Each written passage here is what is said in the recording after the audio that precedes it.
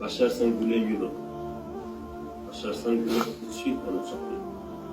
Başarsan güne bunu okuyam. Başarsan güne üçin okuyam. Güne o anay tarih koymak her Müslümanın vazifesi. Güne yürü o adamla uyuyor. Peygamber cana ettik. Güne yürü salavat. Sıktırman tefekten okusak kıyamet kabirden turanlar mağdayda bir Müslüman yapılır.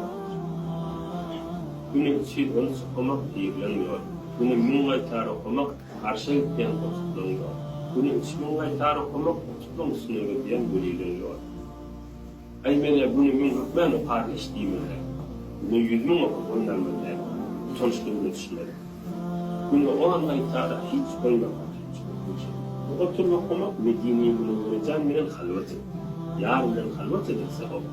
O anlam sonraklarını Allah ve Resulullah'ın yadı sanmak için gezip bekleyen oluyor. İnşallah benim maşinesi, ne bakıyoruz, ne bunu ona güzel okuyorum ya.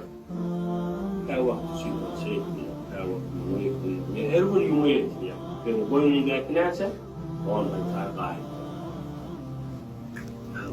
O yaptığı mellikten çıkıp Allah ve Resulullah'ın nurunun içine giymiyor.